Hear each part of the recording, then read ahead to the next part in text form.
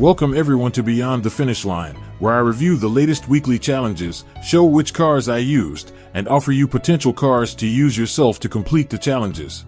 Typically, I like to use cars I haven't driven before or haven't driven much, unless the challenge calls for a specific car. I'll also show what changes I made to any car in order to make the race more challenging for myself.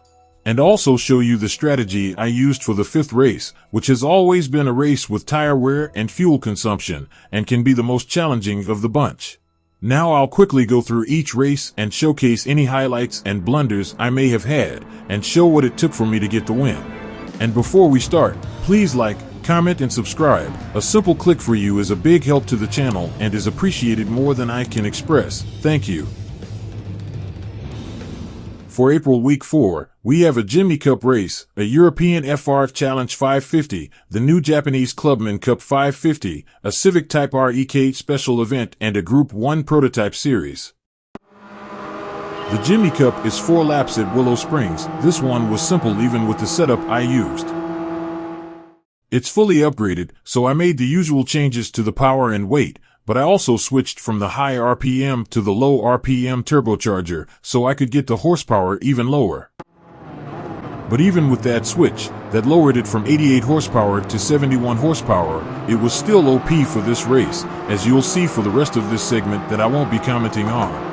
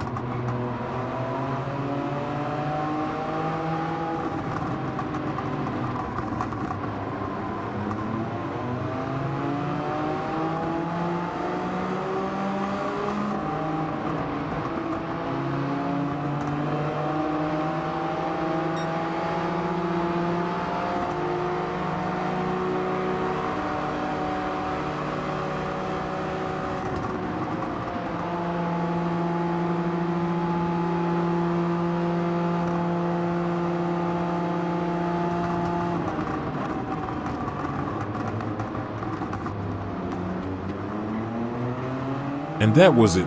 Once I got the lead, I left the field behind for the very easy win. Second race, the FR Challenge is 3 laps at the Red Bull Ring, and I'm in the 1989 BMW M3 Sport Evolution. This car has only the sports upgrades, and I'm running racing softs.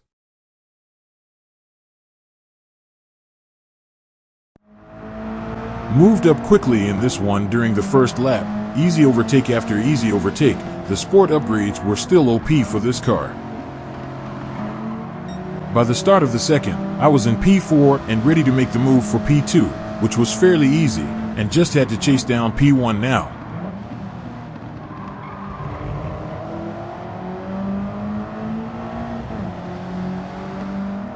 I thought I was going to get him here going into the final lap, but he started to pull away from me, so I had to try to get him on one of the turns. I finally got him on the other side of the track on this left bend, and was able to hold him off to get the win.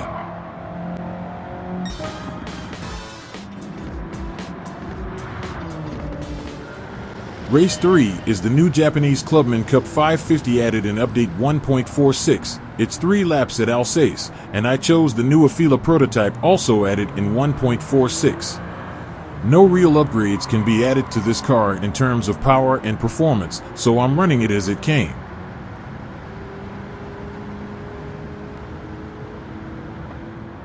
By the start of the second lap, I was already in P2 with P1 in my sights, and it was another Afila that I caught just a little further down the lap, and that was it, another easy win.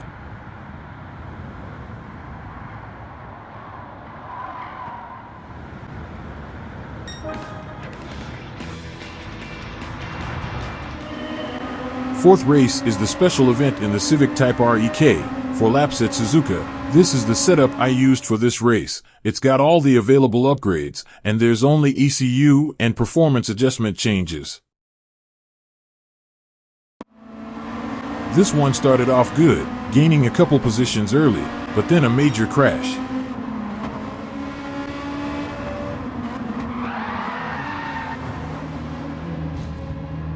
Normally I would have started over the race after crashing so early, but I decided to keep going to see what would happen. I spent the rest of the first lap, and some of the second, trying to catch up. And I did at the exact same turn I crashed. Started the third lap getting into P6, and was eyeing first place before we hit the halfway mark of the lap, and got it at that turn again.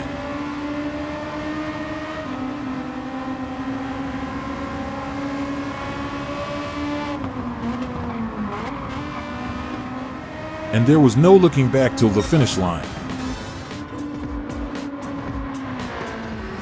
The fifth and final race is the Group 1 Prototype Series, and I'm driving the Group 1 Tomahawk VGT. It's got all the available upgrades, and this race was the type of challenge I like. This is actually my second attempt. The first, I was going to place third, but I restarted the race before I finished. It took the entire first lap just to get out of last place, and got myself P16 by the end of the straight. By the fourth lap, I was P13 and was able to get into P10.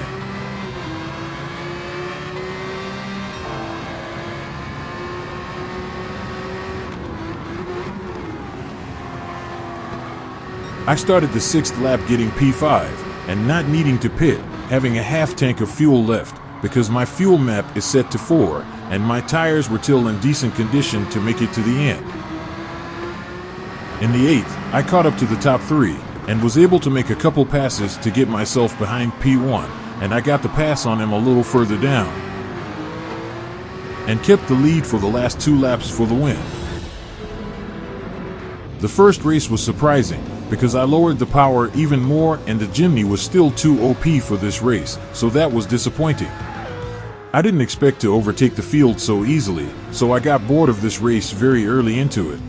Race 2 is where I got to have a challenge. Just going with the sport upgrades really helped this race be competitive, and the Evolution was a great pick, handles well and drives smooth.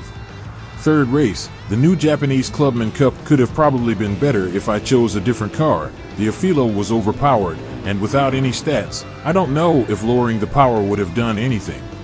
The special event fourth race wasn't as challenging as I thought it would be, even with the crash and having to play catch up for a whole lap. It was still easy. I should have lowered the power even more and changed the high RPM turbocharger to the low one. The final race, the Prototype Series, was where I got to have fun again. I failed in my first attempt and knew what I had to do the second time around. The Tomahawk might be one of the best cars for this race. No pit and tires last the full race. This was an up and down lineup for me. I could have made better changes to some of the cars. 3 races were pretty disappointing, and 2 races were actually a good challenge. I'm going to have to restart races if I get the lead before the final lap. That's the mistake I'm making, not stopping and making changes to make them more competitive, and then try again. I hope you enjoyed the video. Please subscribe. Your support is greatly appreciated, and I'll see you next time.